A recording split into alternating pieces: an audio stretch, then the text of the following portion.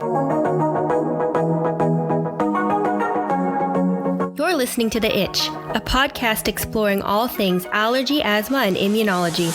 I'm your co-host, Kortney, a real-life allergy, asthma, and eczema girl. And I'm your second host, Dr. Payal Gupta, a board-certified allergy, asthma, and immunology doctor. Kortney and I hope to balance each other out so that we get you all the information that you want and need about allergies, asthma, and immunology.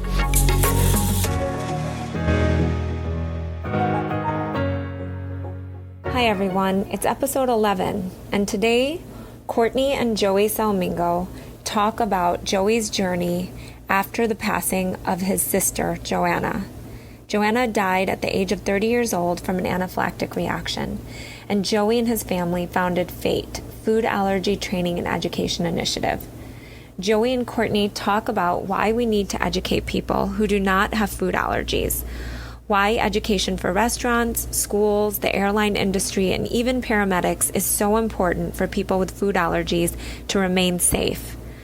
Unfortunately, I couldn't join this interview, but I learned how we can help ensure the safety of people with food allergies by sharing our stories and by empowering others with knowledge. The food allergy community is full of so many wonderful people, concerned family and friends who come together to help bring change so that people with food allergies can feel safer. As a part of our podcast, we look forward to bringing you more of these amazing initiatives. We hope you'll enjoy today's podcast. Hi everyone, today I'm talking to Joey from FATE, and I will get him to explain what FATE is in a second. He is from my hometown, Toronto, so we're two Canadians talking today, which will be exciting. And I might say 100 times more than normal because I'm talking to Canadian and just like subconscious comes out. So you will see where I'm from originally by the way I speak.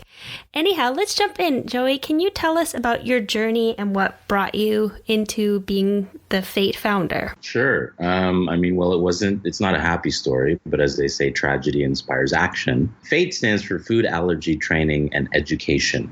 And it was founded in August of 2018, following the death of my sister, who was 30 years old, so she wasn't a child.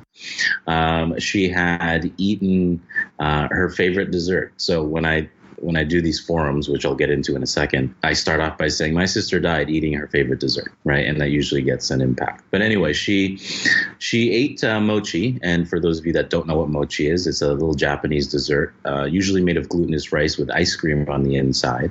And Whole Foods was selling a vegan, non-dairy version of that. And as most of us know, when you replace cow's dairy in a recipe, for a vegan recipe, you typically replace it with a nut milk, whether it be almond milk, cashew milk, or any of the other nut milks in between. That obviously caused anaphylaxis, which led to suffocation, which led to her heart stopping and lack of oxygen to the brain. And ultimately, she succumbed to her anaphylaxis, which is from brain death. That was over the course of 17 days. The accident was August 8th. We let her go on the 24th of August. Obviously, we were and still are going through a mourning period because to have watched her essentially die is obviously very traumatizing. But I think we as a family have learned to manage our emotions in a particular way where we will continue to grieve in private, but when the time comes, we sort of not put on a face. I don't mean put on a face because it's not inauthenticity. We just sort of are able to manage our emotions in such a way where we want to relay a message and protect those people that do have food allergies. So we started this organization that essentially provides education and much needed training in terms of just being aware of allergy surroundings, how to respond to an emergency situation if it comes, knock on wood, obviously, and just general education and preventative measures. It is just something that obviously was necessary because unfortunately, until it happened to us, we didn't really know exactly what to do. You're kind of a little bit prepared because, well, the allergist, prescribes you the EpiPen. He tells you what you're allergic to, and these are the steps to take, and the instructions are on the Epi in general. But until you're immersed in that situation, you're never going to know exactly what to do, right? And that's unfortunate that had to happen for us to come into this state of mind or state of awareness. But again, as I started saying, tragedy inspires action. So our hope is that our organization will turn up the volume on the conversation. A little bit of history about me. Before all of it happened, I was a freelance television host. So I was living between Vancouver, Los Angeles, and Toronto. And I was very busy. I was working a lot. I was traveling a lot. And prior to that, I was a chef. I was a chef for 15 years in the city of Toronto. I'm still very, very involved in the food industry in the country, just doing a lot of food television and whatnot. And that being said, everything that I've kind of done in my life leading up to the point of when my sister died helps me in what I'm doing today with Fate. And that's why I called the organization Fate, because it was a stroke of fate. It's perfect because I love the acronym. I think it's really beautiful, and I think that it inspires hope. It's just showing that it's an open thing, because I do think that allergies can feel like a roadblock, especially in restaurants. And it does sound like everything that has happened in your life has prepared you for this moment. You are a phoenix rising from this tragedy, and you are using that strength to help educate, which is, I think, a beautiful way to honor your sister. Thank you. Yeah, I hear that a lot, and a lot of people say, I don't know how you do it. And then when I sit and think about it, I'm like, you know what? I still don't know how I'm able to do this, but I'm doing it, and I'm okay with that answer. I'm just doing it for her, obviously, and for everybody else, of course. You're honoring your sister, and I think this is the best way you can do that, is to actually empower other people. Well, I mean, that being said, it's not the allergy community that we need to speak to, because everybody in the allergy community already knows how to prepare themselves, how to protect themselves. It's everybody outside of the circle. And I say this repeatedly on the many media junkets and other podcasts that I've done, is we don't need to speak to the allergy community. We need to speak to everybody outside of this bubble, because they have no idea what they're dealing with, and they don't understand how serious it is. I take a specific passion in doing our Fate forums, as we call them, for restaurants, because I've been there. I've worked in the industry for X amount of time, and I know exactly the operations of the front of house, the back of house, as well as the actual running of the business. I get a lot of kickback. Well, not a lot, but I get some kickback. Some restaurateurs or some people that work in kitchens saying it's not feasible, we can't do it, it takes too much time. And it's a completely BS answer, because you can do it, and it's your responsibility to do it. So if you don't want to do it, you don't belong in the business. It's one thing to relay information to someone. I could be from an allergy organization, and I could go around to schools and restaurants and this and that, and I can create policies, and I can relay this information as somebody from this organization. But it's another thing to relay this information with a story behind it. What I always say is that I have literally made it my job to talk about how my sister died, because, well, that's the whole reason for this. If that story is going to trigger an emotion in that person in order for them to listen, then absolutely I'm going to do that, because it's an impactful way of getting a message across. Right. I'm a very straight up and blunt type of person. And I have no problem saying that we as a society today are so distracted by everything that's going on that a lot of things fly over our heads. And in order for us to retain information, we either have to be slapped in the face with it or punched in the face with it. We sometimes just need to be, taken away from these distractions that we have. And that's sort of the approach that I'm taking with Fate and its messaging.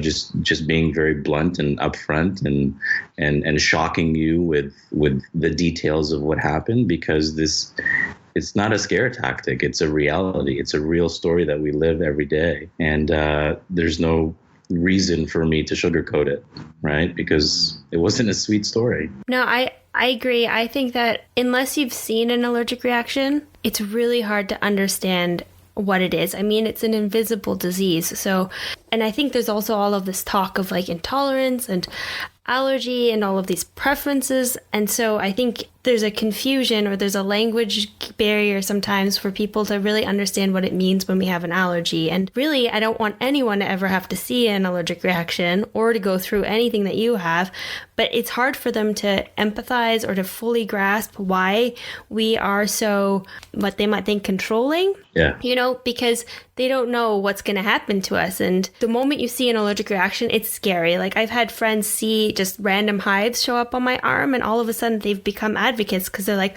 well, you just touch that doorknob and you've got hives on your arm. Like, I'm like, yeah, it's serious, you guys. It's an actual thing. And unless you see it, you don't understand it.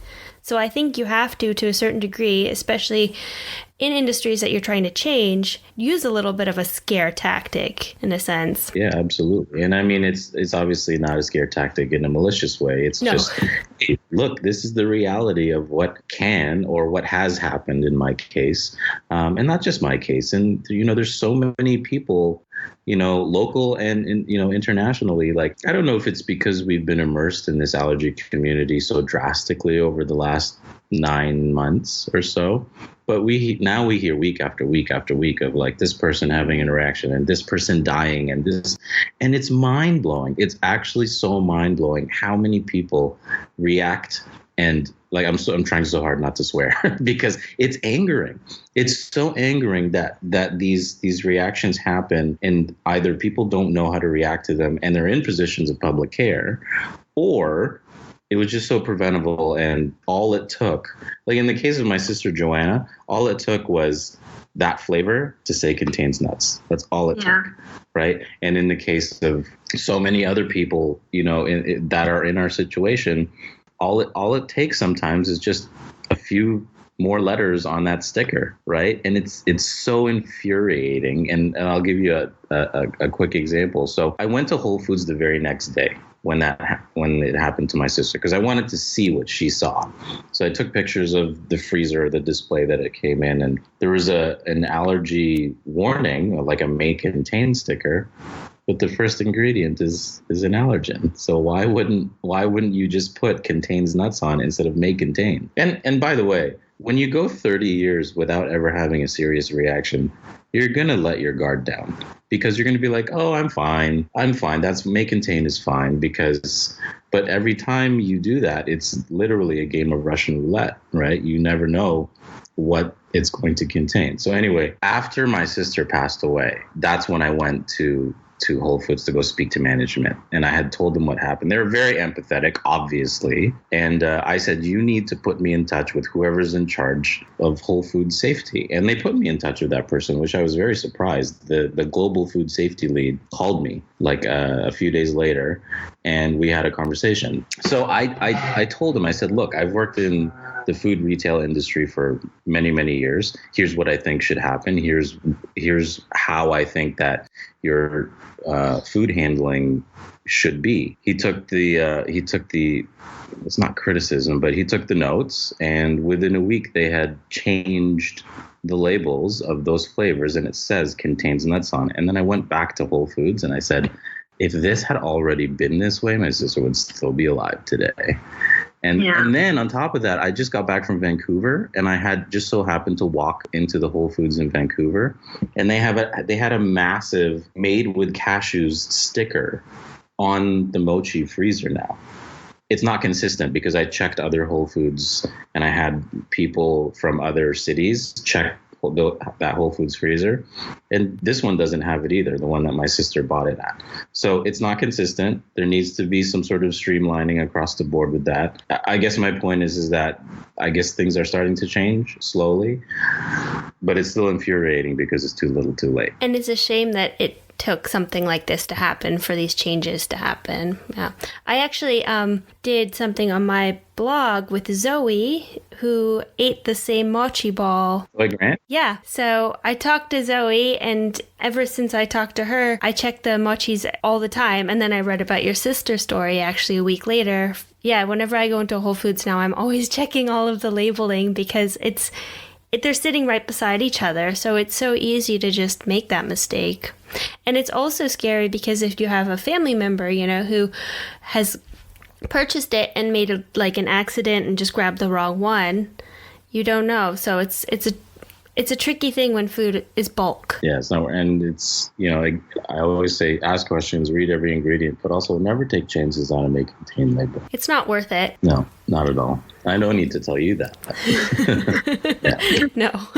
So back to Fate. How do you guys work with organizations? Do you contact them? What kind of organizations are you working with to spread the message? In the beginning, I had created sort of a landing page on my personal website, and then later on I created an actual website, which is fateinitiative.com. We had just said, we're offering this service because we didn't know what we wanted to do. I just know that I wanted to relay a message.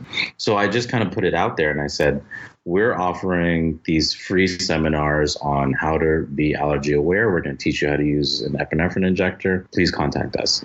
And in the beginning, we were contacted by schools. So we started here in New York region because that's where we live. We did our first session actually on the 1 month anniversary. So we did it on September 24th. So it was very, very shortly afterwards that we started doing that. And every forum starts and ends the same way, which is why we're there, which is the story of my sister. And then from there, once we did one school, other schools caught on because, teachers talk. And then we ended up doing a bunch of schools in the York region area. And then that slowly trickled out to Toronto District School Board. So we're doing schools now.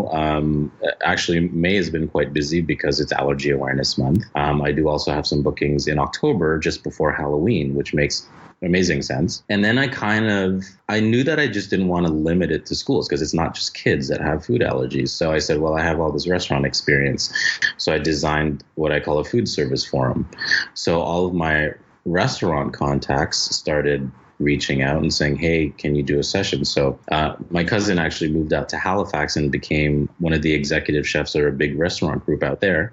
So he pulled me out to Halifax and I did a restaurant forum for Grafton Connor, which is a large restaurant group. They own 19 properties. They have 1,000 employees. I just launched a campaign with Joey Restaurant Group because I actually used to work there many, many years ago. And I still have a lot of contacts in there. And they saw, frankly, the good reasoning behind doing a type of forum like that for their staff. And actually, Joey Restaurants is actually one of the very few restaurant groups I've ever worked for that actually has an allergy protocol in place for their clients. So that's a great thing. I think just reiterating it and explaining to the staff that it's not just a rule you have to follow because it's a rule you have to follow. It's actually a life or death scenario that you have to follow these rules. And a lot of them most of them are actually very receptive towards it because, a lot of their employees are very passionate about what they do. So yeah, we started with Joey Restaurant Group. And then I guess just kind of opened it up to, if you go to fateinitiative.com/forums, you'll see all the forums we offer. And it starts with schools, goes into restaurants. I also offer it for people in public care. And who are people in public care? Well, think about it. Paramedics, flight attendants, security guards, anybody who's in charge of somebody else's well-being in a scenario. And to pause on flight attendants, that's a huge opportunity for flight attendants to get some free training that they've never gotten before. Surprisingly, I have a lot of friends that are flight attendants. And I've also interviewed, not recorded interviews, but I've also interviewed flight attendants in airports. And I've talked to them about this particular situation. And they said there's no anaphylaxis protocol. Very few airlines carry epinephrine on board. And they don't know how to deal with that type of scenario. So, I offer this as anonymous training. They don't have to tell me what airline they work for, but, it's just about getting the message out and teaching people how to deal with it to save lives, because too many people are dying from things that are so preventable, right? So that's what Fate does, It's like we've got the Heimlich, we've got CPR, and then we have to teach people about Alexis. Yeah, exactly. And starting in those places is great. I think starting in schools is really good because you educate younger kids. And I also think that the restaurant industry, it's interesting to hear if they're receptive or not. towards that. And I'm just curious, what do you talk to the restaurant industry about? So there will always be kickback because in the restaurant industry, there are a lot of egos, especially in the kitchen. In the front of the house, see, the thing is, when you work in a restaurant, there's a lot of clock punchers, right? People that are just there to make a paycheck. And then there are people that actually want to move up and, want to stay in the industry, et cetera, et cetera. The thing to talk, like I said before, every forum starts and ends the same way. So I actually start by saying, this is who I am. This is what I used to do. And I basically play them my demo reel, right? And my demo reel is like me on the red carpet at the Oscars, me with a bunch of celebrities and all that stuff. And the reason I do that is because, I need to grasp the attention of the people that are talking to me. So if I show them pop culture references, chances are they're going to be like, oh, who's this guy? Let me listen to him and what he has to tell me. That's the reality of it, right? The way I design my forum is the exact same way that I read or write a script, which is the inciting incident right off the top, so that you're automatically engaged throughout the course of the forum. So anyway, right after I've gotten their attention by what I used to do, I say everything had to come to a screeching halt. And then I play the news report by CTV that tells them exactly what happened. It's a very emotional 3-minute story. Yeah, I've seen it. It gives me goosebumps. It gives me goosebumps thinking about it. And I've done the forum so many times, Kortney, and every time I watch it, I always well up. I always well up. And it really brings people, it grabs their attention even more so now because I'm crying, right? They've just seen that, and the room's always dead silent when that ends. So I kind of gather myself and I say, this is why I'm here. I don't get paid to be here. I'm not here to tell you guys information. I'm here to share with you a real story. And I'm here to hopefully teach you something that you will retain either for the course of your career in working in restaurants and hopefully for the rest of your lives. Right. And by that point, people get it. It's not like, I'm not there in a suit and tie. I'm not just feeding them information and showing them a slideshow. I make it engaging for that purpose. So I'm rambling, but to answer your question as to what do I tell restaurants? So because of my experience in both restaurant operations in the front and back of the house, I try to speak, I speak their language, right? And I say, look, when a customer comes and orders, the steps are always the same. Right. So all I'm telling them to do is insert little steps in between the steps they're already doing to ensure that this allergy customer is going to dine safely and can be confident about the way that they're dining. Right. So, for example, most restaurants these days are taught to say, are there any allergies at this table? Mm-hmm. Most of it, we're going to work on getting all of them. But what I actually do is sort of take it up a level. And I say, why don't you say, are there any life-threatening allergies at this table? And the reason I say that is because we're never going to get away from the people that lie about having allergies. Right? We're never going to get away from those type of people. They exist. They will always exist. So you're always going to have one person that says, I'm allergic to gluten. Make sure that it doesn't have anything on it. They're eating fries from the deep fryer that also contains gluten. Right? I always say you're always going to have those people, regardless of what they're telling you. You can't roll your eyes at them and treat them like liars, because that one person that actually is telling the truth, you're going to let your guard down and you're going to kill that person. Right. So it puts into perspective the risks that they take, and it pockets a lot of egos as well. Because I worked in a kitchen for like 10, 15 years, and egos existed then and egos exist today. The creativity of creating this dish and having to modify it for this particular person that may or may not be allergic to it doesn't matter anymore. Right. Because the one time your ego gets in the way and says, well, forget it, I'm just going to make this the way I feel like making it, you're going to hurt someone. And I also think it's a good test of a chef, It's like, look, I'm throwing you a little test tonight. Like, let's see how you can fare when you can't use things that you're normally used to using, or how creative can you be other than giving me like a piece of chicken, a simple seared chicken and some steamed veggies. What can you do that's exciting and interesting and like get those creative juices actually flowing? So I always think it's a sign of a good chef is like how beautiful can my simple meal look, and taste, especially. When you take certain ingredients out of it. Yeah, absolutely. Yeah. It's a problem-solving thing, I think, and it's nice to know when they have passion. Like, you can really see when someone's a passionate cook or chef when they take pride in delivering you something that is the exact same quality as everyone else sitting at the table with you. Yeah, but for the chefs that aren't necessarily passionate about it and are literally just there tossing salads to put themselves through school, which is fine. We've all done it. Even if you're not passionate about your job, do your job correctly, right? Because especially in this particular scenario. So like I said, I address both the people that are passionate about it, and I call them clock punchers, right? Punch in, punch out, making my money, goodbye. When I talk to them in their language and I empathize with them and I say, look, I get it. When it's busy and the screen is red and you got tickets as long as, like 10 car lengths, I totally get it. When it's busy, you feel like you don't have the time. But if somebody's allergic to something, take the time. Because the time you save in ignoring something will be the last time that you do that. Because A, you'll shut the whole restaurant down. B, you'll be out of a job. And God forbid you kill somebody, right? So again, it really puts it into perspective how these restaurateurs or these restaurant employees take care of their guests. And I mean, I can only just hope that they retain the information. And, I know that nobody's going to retain 100% of what I tell them, but just the key points. Be careful, read the ingredients, be considerate, and pocket your egos, right? Again, that's a specific sort of passionate route I take in doing my food service forums because I've been there. The flight attendant forum, the flight forum, which I call it, I actually use information and actually can get, or I get friends that have been flight attendants before. They're not working anymore.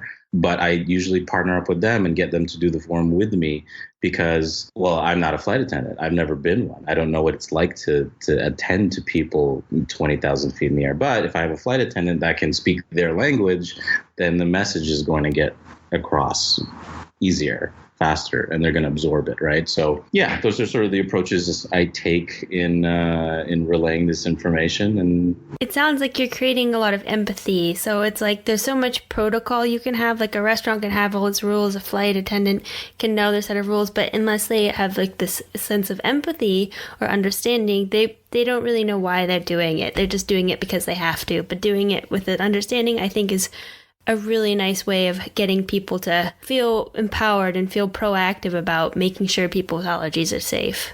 Yeah. And I tell them, I said, I'm not here to tell you how to do your job because I don't in the restaurant industry, I know what they're doing. But like as a flight attendant or a security guard, I have no right to tell you how to do your job in that sense. But I am giving you tools to use as you work day to day so that you can do your job better, safer.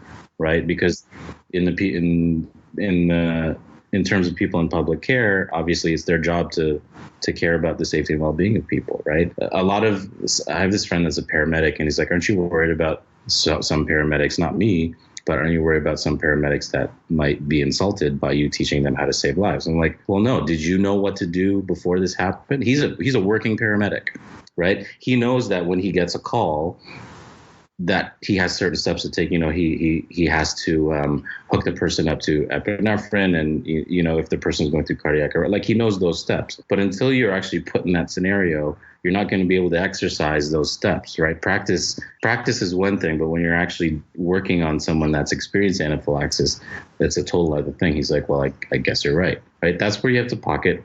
People need to learn to pocket their egos. Everybody's so sensitive these days. It's like, well, who does this guy think he is, telling me what to do? It's not about that. It's about giving you information because my sister died. So here's the information that I'm giving you. Please take this and take it with you throughout the course of your life. So again, I'm very blunt and upfront about things. So I think that's also a nice, refreshing thing for people to be like, oh, okay, well, I guess I'm going to listen. And I can only talk to the people that are going to listen to me, right? Not everybody's going to listen to my message. Not everybody's going to listen to this podcast. But the people that listen, they're going to retain some sort, first of all, they're going to get the information. They're going to retain it because they have a particular passion about it. I'm not worried about the people that aren't listening to me because they're not listening to me anyway. We can only talk to the people that are going to listen. If we continue talking and there's one new person there that was never in the allergy community before, then we've done our jobs, right? Yeah, exactly. I'm going to just spin things because I follow you on Instagram and I see that you've been traveling all over the place and filming. What are you up to? Is this something also food allergy related? Yes and no. So needless to say, when everything happened, I kind of stepped back from doing what I was doing before, just because obviously what I'm doing now has a lot more purpose than reporting on who's divorcing who in Hollywood type thing. So what I did was I went back into producing, because before I was on camera, I was behind the camera. So I started producing again. It remained in the food television space. So I'm actually producing 2 docu-food series right now, which I'm sorry, I'm trying to decipher how much I can talk about because it's still in the works. But Oh, okay. I'm like, just tell me all your secrets. no, I know it's a whole legalities thing, but I am working on a docu-food series with a very prominent Canadian food influencer or chef. He did used to own a couple of restaurants in Toronto, and he's well known across the country, as well as some other notable chefs that I'm working on some food ideas with that I potentially will be producing as well. So I remain in the space of food television. I'm just putting on a hat that I took off years ago, so it's nice sort of being back in the saddle.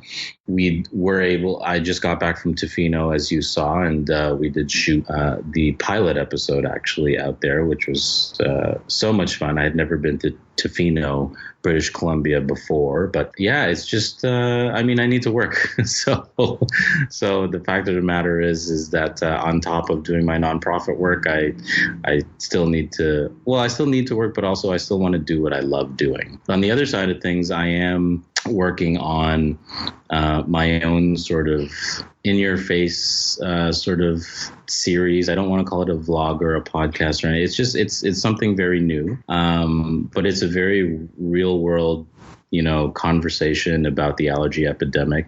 There are very few allergy documentaries out there, so I am also working on that over the next couple of years as well. Lots on the go. Needless to say. Are you looking at expanding Fate at all, or is it just going to be something that you and your family members primarily do, or is it something you want to kind of branch out nationwide or even worldwide? In the best case scenario, this becomes a worldwide organization. Needless to say that this is something that we've never done before, so we're kind of learning as we go. Because I travel to the States already, I am expanding into the United States. I'm very close-knit with the Red Sneakers for Oakley initiative in Florida and the Elijah Foundation in New York City and other allergy organizations, across the board, like Walk for Andrea, which is right here in Toronto. And yeah, the plan is to expand this educational initiative as far as we can go, because there aren't that many. There are a lot of allergy organizations out there for sure, and they're all doing amazing things. And there's no reason why we can't work together to do the same thing. Like we're all doing the same thing. So why can't we work together doing that? That's true. I think that we're all trying to spread the message. And what you said is really important is we are in our world of allergies and we have to find a way to branch out and to get people who don't know anything about allergies to understand. And that's what, the past week Allergy Awareness has been doing is let's share our stories, and hopefully those stories will help people understand why allergies are something important to think about. And unfortunately, they're not going away anytime soon. I say that too. And so if someone wants to invite you to their school, or if someone wants to have you come to their restaurant, what's the best way? Do they contact you directly? Yeah, well, we have our website, so faitheinitiative.com/forums, all lowercase.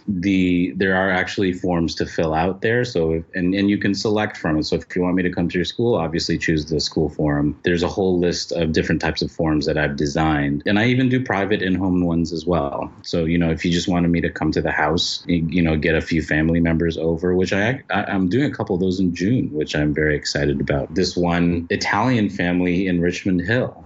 They're a young family, right? And they said, my parents they don't get it, as most ethnic families don't understand the severity of food allergies. Like, I'm Filipino, right? So my relatives, they understand that my sister died from a food allergy, but they don't understand the full severity of what exactly happened. So anyway, this one girl, she reached out. She said, my son's 2 years old. He's got diagnosed with this, and my parents don't understand. Would you be able to come to our house? I'll get all my relatives over. And I said, absolutely, I'll totally do that, right? Because for me, it's not about scale. It's just about relaying a message. If we just had a one-on-one conversation, I would give you a one-on-one forum, because the more people that know, the more people that are going to be aware, and the more people that are going to dine safe and eat safe. That's what this is all about. So fateinitiative.com/forums, or my direct email address is allergies@joeysalmingo.com. Awesome. Thank you so much. This is really amazing to see how you've taken this tragedy and turned it into something that's educating, that's spreading awareness, that's truly proactive. Exactly. Thank you so much. I mean, this is the only thing in my life that has purpose right now. So I'm going to do it for her.